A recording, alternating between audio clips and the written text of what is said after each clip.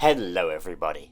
The Farlands are a phenomena seen in Minecraft that manifests as some big janky world generation because you walked for several months too long in one direction. In fact, quite a few games get a wee bit unstable if you keep going in a certain direction for too long. So today, we're going to be exploring if a metaphorical Farlands can exist in Don't Starve Together by pushing the game as far as we can take it, as we explore well out of the proper boundaries of the game. What will we end up finding? Some weird world generation or some funky glitches? Let's dive on in, shall we? Also though, now that I'm officially a clay creator, I've taken the liberty of hiding a couple of spool codes throughout this video as a little thank you for watching. They're first come, first serve, so keep your eyes peeled. If you would rather test your luck, we're giving away even more spools and more on the Discord, link down below. Now the first thing we need to mention is that the reason the Farlands are so coveted and even accessible in Minecraft is due to the game's near infinite world generation. Something which, as you probably clearly know, doesn't exist in Don't Starve Together. All you get in this world is a big old island, a murky blue ocean, and an impassable world border that resembles the oceans from single player. There's no legitimate or functional way to exit the boundaries of this world. Therefore, these are the Farlands, thanks for watching. However, we're playing on PC. We're not going to let some rules or borders stop us from exploring where we shouldn't. Thanks to the aid of a little mod that lets me drag things under my cursor, I'm able to simply drag things across this invisible barrier. And that includes myself or any boat that I am riding on. But as you can see, that just sinks my boat instantly and drops me back off on dry land. With, fun fact, a special animation and without hurting me or my stuff, since this was a out of bounds teleport instead of a drowning one. So how do we avoid that from happening? Quite simply, we just turn on God mode. This disables all checks for drowning and being out of bounds. Simply by doing that and dragging ourselves over, we are now officially where we shouldn't be.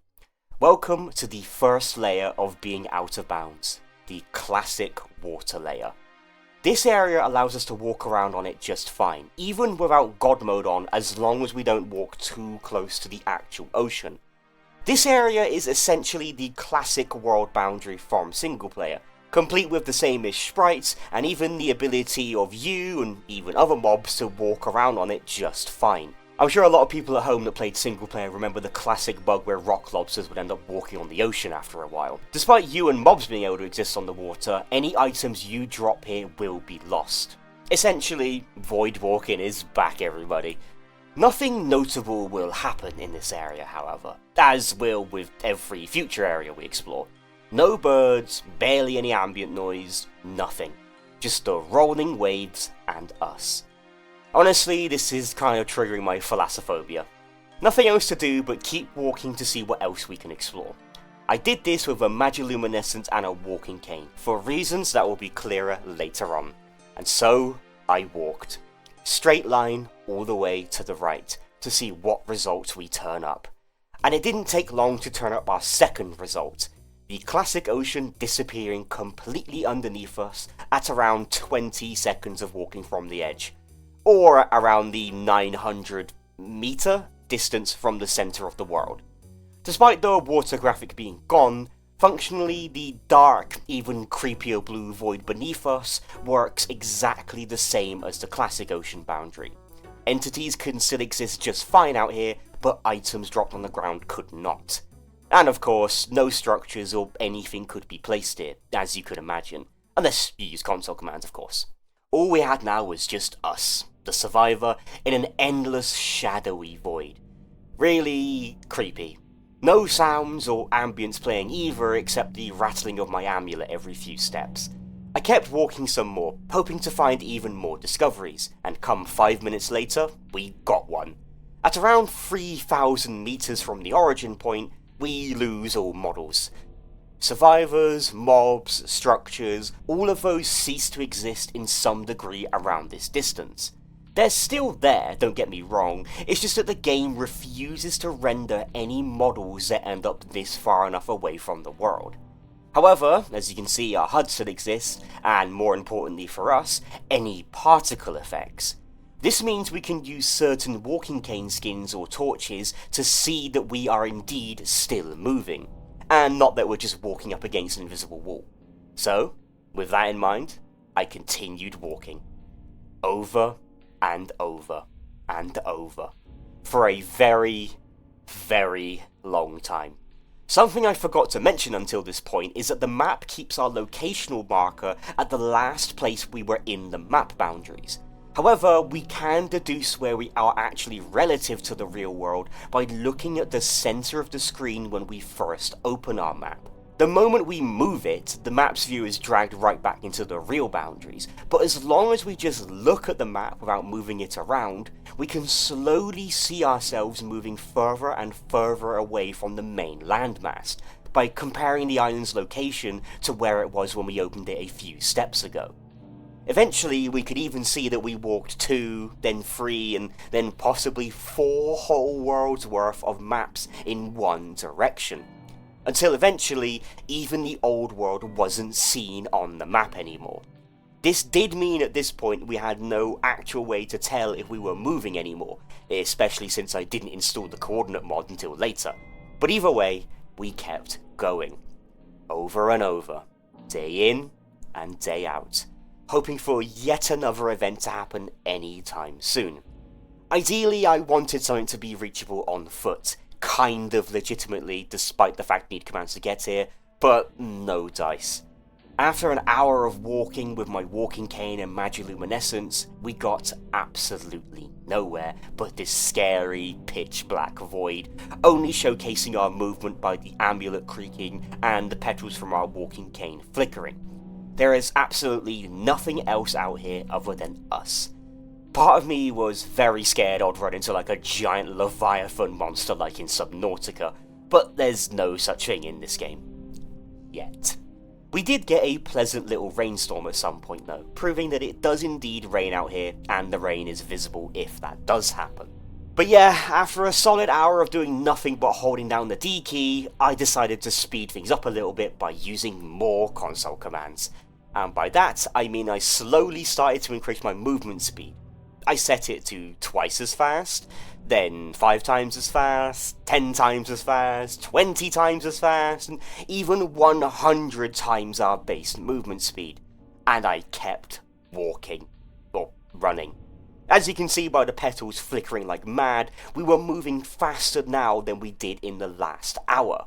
But even when I would set my speed back down to 1, everything still looked the same. No weird Farlands or glitchy effects out here past the 3,000 meter mark. But I wasn't satisfied with that. We needed to take it to the absolute extreme. It was at this point I decided to actually install a coordinate mod to help track my location, which you can find along with the mouse dragging around mod I used in the description. This was also when I discovered that if you logged out in the void, it will just send you right back to the florid postern when you logged back in. Cute. But now it's time we test the absolute limits of how far the world can take us. And boy, is it far. You can go into the tens of thousands in any direction and still nothing special will happen. Not even the game would crash. The only thing I did notice happen, however, is that in seemingly random intervals of around 15,000 or even 150,000 meters, the game will try to drag you back to the main island. Be this as a measure to ensure you don't go completely outside of the map boundaries, or a bug because I'm moving too fast, is unknown. But seeing how no matter what, reaching one of these thresholds will teleport you back, tells us that's as far as you could reasonably go on foot. I wish I could explain more about these thresholds, but they seem to be almost random in their behaviour, depending on your speed. If you're fast, you could go past certain ones of them, but eventually the game would pull you back no matter what. But that doesn't mean it's the end yet. What if we go even further beyond than that? What if we increase our movement speed to such absurd levels we zip right past those points that teleport us back? Well, that's exactly what I did. I set my speed to almost 10 million times your base movement speed, and found out the game really doesn't like it when you do that. When you start getting into the high millions of coordinates, your character's movements get increasingly more choppy, and the particle effects from our items start to glitch out, even when I set my movement speed back down to 1. This is the same kind of effect you see in Minecraft when you're too far from the middle of the world. This is a floating point error, and it commonly happens in certain video games when you're millions and millions of meters away from where you should be. Simply put, the game can't keep up with the fact it's having to do all of its calculations for things such as animations and effects a million or so meters away from where it typically should do it, which is exactly what we're seeing here. I do so badly wish we could actually see what the survivors' sprites look like right now, since if the torch is anything to go by, we would be looking absolutely crangled. However, yet again, it was up until this point where I reached what would be the theoretical limit, and that was around the 12 million coordinate mark. No matter how fast or how many times I hit this threshold, I'd always get teleported back, with the aforementioned floating point error getting worse and worse the closer we got to that number. Unfortunately, we cannot brute force our way over that number by increasing our speed either, since any attempts to increase your speed to a limit that would allow you to bypass that number would just cause your character to be unable to move. Permanently, by the way. Setting your speed lower wouldn't do anything, and you needed to restart the game in order to move again. Except I was mistaken. Oh boy, was I mistaken. So it turns out, this rubber banding and teleporting only happens if you have lag compensation turned on, which I did. If you turn this setting off, the game will never consider your movement desynced from the world and will try to correct it. It will just let you keep going. Further and further and further and further. I was able to travel well into the billions distance-wise, and things got even more crangled and messed up. I enabled permanent rain to keep track of sprites, and even they just started turning into vertical bars after a while. The effects from our torch and petals from the walking cane were long gone by this point too. The only visual effects that could even attempt to exist around this distance were the static effects, like the glow itself from a torch or certain walking canes. Even the text from the survivors would randomly jump up and down the screen depending on the camera's rotation. You also can't see it right now, but I'm only able to move in the far distances by using boosted speed. If I turned my speed back down to 1, I could only ever move sideways. It seems that after a while, movement in a certain direction just gets completely disabled. Well, traditionally, at least. It seems now this is the absolute theoretical limit. I was originally going to bank on this game crashing around the 4 billion mark, since that's the limit of a 32-bit integer. But Don't Starve Together is a 64-bit game, and the limit for a 64-bit integer is 9.22 quintillion. As I only reached the 20 billion mark after a while of speed boosted running, we would need to keep walking for a very, very long time to reach that. Or somehow teleport that far. But most likely all that happens is that the sprites get incredibly wobbly and increasingly weirder, and then the game just crashes shortly after. I will say though, that's one thing the game didn't do while I was out there, and that was crash. It was surprisingly stable, all things considered, with me literally travelling at millions upon millions of tiles a second. The only time I was able to actually have the game crash was when I tried to summon a lunar rift out here, but I could think of several reasons why the game didn't end up enjoying that. Whoops. Ah well. Maybe next time we can see what truly lies beyond that dark blue void, and then maybe, just maybe, we'll find out exactly where Merms came from. However, for now, that's the end of this video. Oh, a weird little one, but a fun one nonetheless. A random idea that popped into my mind and I needed to get to the bottom of it. We made some cool discoveries, but no big massive quirky Farlands like we have in Minecraft. I'm still happy with what we've discovered though, and I hope you're happy too. Thanks for watching everybody, I really do appreciate it. I hope you're able to find the secret codes I hid in this video. I made sure to hide them really well this time.